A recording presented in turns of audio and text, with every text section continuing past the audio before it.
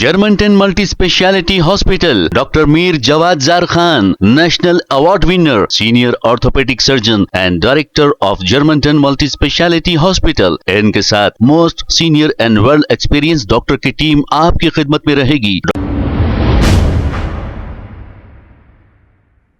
अस्सलाम वालेकुम नाजरीन, 7H न्यूज सच को रखे आपके आगे। बिहार के इलेक्शन में ऐसा कहा जा रहा था कि AIMIM पार्टी के एक लीडर की जानिब से रोजे महशर के दिन अल्लाह ताला तुमसे ये सवाल करेगा कि तुमने AIMIM को वोट क्यों नहीं दिया। अब कैसी बातें कहकर वोट मांग रहे हैं, शर्म आनी चाहिए ऐसे लोगों को। हैदराबाद शहर तेलंगाना के लोगों को तो बेवकूफ बनाए, लेकिन अब बिहार जाकर बेवकूफ बना रहे हैं वहां की अवाम को। जरा आप सोच समझकर वहां फैसला करें। इसी को लेकर ख्वाजा बिलाल ने क्या कहा, सुनते हैं तफसीलात। बिहार में एक मजलिस इत्तेहादुल मुस्लिमीन के एक लीडर की मैं तकरीर सुन रहा था। वो तकरीर में कह रहे हैं कि रोजे महशर के दिन अल्लाह तुमसे सवाल करेगा कि बिहार वालों, जब तुम्हारे पास असदुद्दीन ओवैसी आए थे तो तुमने उनको वोट क्यों नहीं दिया। रोजे महशर में अल्लाह इनसे सवाल करेंगे, बिहार वालों से। ये भाई साहब तकरीर में डराएंगे। हम अल्लाह के सामने हाथ बन के ठहर के बोलेंगे, ऐ अल्लाह, इन्होंने सूद का कारोबार करते थे, इस वास्ते हम इनको वोट नहीं दिए। अल्लाह ताला बोलता जाओ माफ कर दिए वोट। देखो आप क्या बात पूछ रहे, रोजे महशर में इलेक्शन के दिन वोटों की बात कर रहे हैं। मैं अगर याद दिलाऊं, जब आप महाराष्ट्र का इलेक्शन हारे थे, आप हिंदुस्तान के सबसे बड़े आलिम दीन मौलाना सज्जाद नोमानी को क्या अल्फाजों से इस्तेमाल करे थे। आप हैदराबाद के अंदर एक आलिम दीन के घर पर फतरमबाजी नहीं करवाए थे। क्या आप हैदराबाद में एक आलिम दीन के ऊपर मक्का मस्जिद में जब गुजरे थे उनके ऊपर टमाटर नहीं बरसाए गए थे। आप और आपके हव्वारियां, जिसमें से आधे खबर में चले गए और आधे जिंदा है। अगर मैं ये बोलूं तो बात बिल्कुल गलत नहीं होगा। आप अगर बिहार गए हैं तो आपकी बिहार में इतनी दोगली पॉलिसी है कि आप वहां पर बिहार में ठहर के कांग्रेस के लोगों को है दलालों है गुलामों है, बिहार कांग्रेस के अंदर काम करने वाले गुलामों के नाम से पुकारते हैं। या जुबली हिल्स में कांग्रेस का पैम्पलेट लेके फिर के घर घर खटका मार के आप जो है कांग्रेस के वोट की अपील करते हैं। और जब जुबली हिल्स में 2023 में जब कांग्रेस पार्टी ने एक मुसलमान को टिकट दिया था, जो हिंदुस्तान का क्रिकेटर मोहम्मद अजहरुद्दीन, जो कैप्टन था इंडियन क्रिकेट टीम का, जब उसको 2023 में कांग्रेस पार्टी ने टिकट दिया था, आप अपना एक मुस्लिम कैंडिडेट डाल के उसको हराए। और जब 2025 में बाई इलेक्शन हुआ, जुबली हिल्स के अंदर हो रहा है, तो आप एक हिंदू भाई की ताईद का ऐलान करें। फिर आपका वो नारा कहां गया जो आप ये बात कहते हैं कि मुसलमानों की क़यादत मजबूत करने आया। अरे आपके झूठे बातें, आपके डुगले बातें। आप बिहार जाके हैदराबाद से 2200 किलोमीटर दूर जाके आप 25 सीटें खड़ी करते। आप तेलंगाना में 9वीं सीट जीतने का आपका मंसूबा नहीं है। आप 7वीं से हटके 8वीं सीट नहीं लड़ते। आप जहां पर आपका दारुसलाम आता है, जिसको गोशा महल कहा जाता है, जहां पर आपके खुद के 2 कॉर्पोरेटर है, जहां पर आपका रोज आना जाना है, जहां पर एक भारतीय जनता पार्टी का MLA है जो आए दिन हुजूर अकरम सल्लल्लाहु अलैहि वसल्लम की शान में गुस्ताखी करता है, आप उसके खिलाफ अपना कैंडिडेट तक नहीं डालते और बिहार के अंदर ठहर के कहते। तो फिर वो आपका नारा कहां गया? फिर वो आपकी बात जो कहते हैं आप कि मैं मुसलमानों की क़यादत बनाने आया, जब मोहम्मद अजहरुद्दीन ठहरा था जुबली हिल से, आपने क्यों उसकी ताईद का ऐलान नहीं किया? आप आज, मैं इस वीडियो के जरिए तमाम बिहार के उलमाए दीन से भी मैं ये अपील करना चाहता हूं, आप बताओ, मेरे एक सवाल का जवाब दो। जो भी टूटा पुट्टा ही सही, थोड़ा भी ईमान जानते हैं, हमारे उलमाओं की तो बड़ी कदर है, हमारा जो छोटा मोटा टूटा पुट्टा भी इस्लाम जानते हैं। क्या इस्लाम में जो शख्स सूद का कारोबार करता है, क्या उसको हमारे बाजू बिठाने की इजाजत है हमको? अरे वोट देना तो बहुत दूर की बात है, उसको अपना कायद रहनुमा, उसको हमारे कौम का रहबर मानना तो बहुत दूर की बात है। क्या हमको उसको बाजू बिठाने की इजाजत है? आप अपनी तकरीरों में कह रहे हैं कि अरे तेजस्वी, हम तेरे को चीफ मिनिस्टर बनने नहीं देंगे। ठीक है, वो आपकी तेजस्वी से नफरत होगी, तो आप ये भी बताओ बिहार के मुसलमानों को और हमको भी, आप इस बात से मुतमईन करो, अगर आप तेजस्वी को चीफ मिनिस्टर नहीं बनने देंगे तो बिहार में किसको चीफ मिनिस्टर बनने देंगे? आप क्या चाहते हैं कि नीतीश कुमार चीफ मिनिस्टर दोबारा बने? क्या आप चाहते हैं गिरिराज सिंह चीफ मिनिस्टर बने? ये वही नीतीश कुमार जब भारतीय जनता पार्टी की सरकार को तादाद कम आई थी, उसको जब वोट का सपोर्ट करने का वक्त आया तो यही नीतीश कुमार और चंद्रबाबू नायडू, ये दो लोग मिलकर भारतीय जनता पार्टी को, नरेंद्र मोदी की सरकार को दिल्ली में कायम किए थे। वक्फ अमेंडमेंट बिल पे यही हमारा नीतीश कुमार ये हमारे मुसलमानों के वक्फ के बिल के खिलाफ अपने वोटों का इस्तेमाल किया, नरेंद्र मोदी की सरकार को मजबूत करने का काम किया। तो आप उस नीतीश कुमार की गिरती हुई सियासत को बचाने के लिए आप तेजस्वी को हराना चाहते हैं। ठीक है, आप तेजस्वी को अगर हराने का दावा पेश करते हैं तो साथ ही साथ आप हमको यह भी बात बताइए कि तेजस्वी अगर चीफ मिनिस्टर नहीं बनेगा तो बिहार में कौन चीफ मिनिस्टर बनेगा? आपके भारतीय जनता पार्टी के आपके बॉसेस का चीफ मिनिस्टर बनेगा। आप उनको बनाने के लिए काम करते हैं, आप उनको बनाने के लिए बिहार गए। ये बिहार में आप कुछ जीतने वाले नहीं है।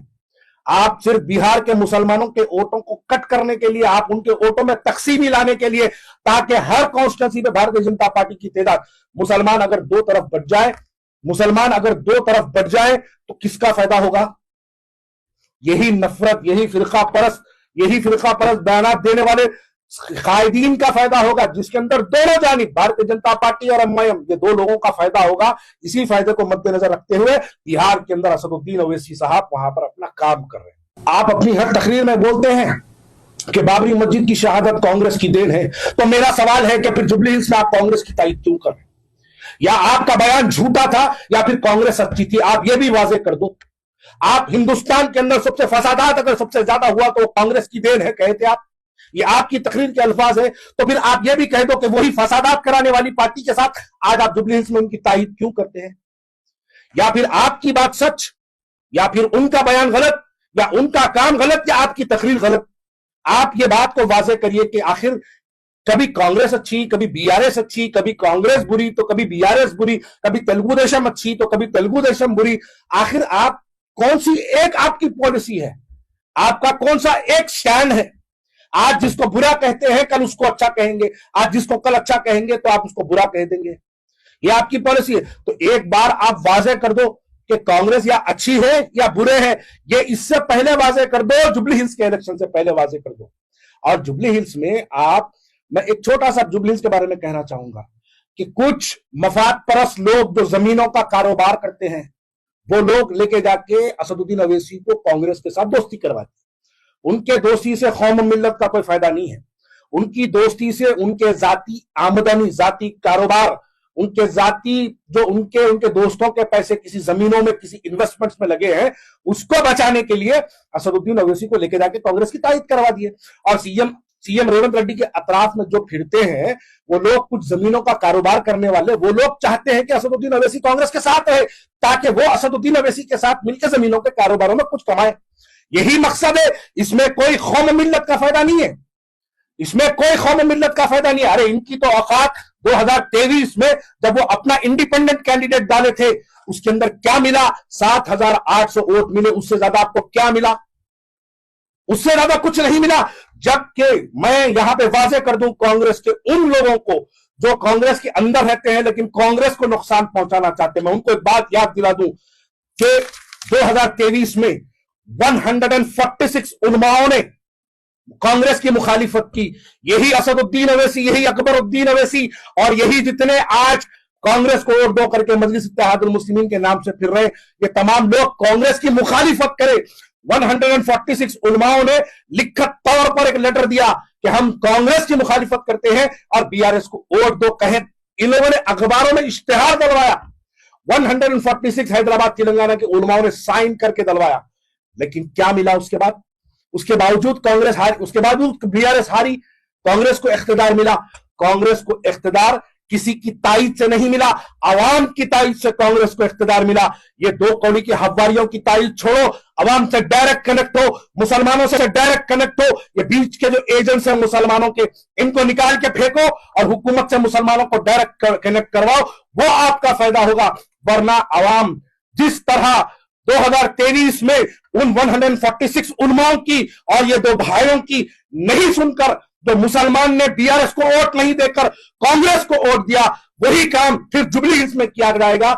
इसलिए कह रहा हूं कि ये मुसलमानों के बीच के एजेंट्स को हटाओ और अवाम से डायरेक्ट कनेक्ट हो, ताकि जुबली हिल्स के अंदर कांग्रेस जीते। मैंने इससे पहले भी एक तकरीर में कहा था कि ये मन्नू से मिल्लत है, या जिसकी तायीद करते हैं ये वो हारता है, तो यकीन मानो आप सबसे बड़ा ब्लंडर कर दिए। ये लोग जो असदुद्दीन अवैसी के आसपास और रेवंत रेड्डी के करीब जो फिरते हैं, ये लोग कांग्रेस को डैमेज करने का काम करे हैं, और हम बाहसियती कांग्रेसी कभी ये बर्दाश्त नहीं करेंगे कि आप कांग्रेस के अंदर है कि कांग्रेस को डैमेज करने का काम करो, तो हम इसको कतई बर्दाश्त नहीं करेंगे। आपका पर्दाफाश करके रहेंगे।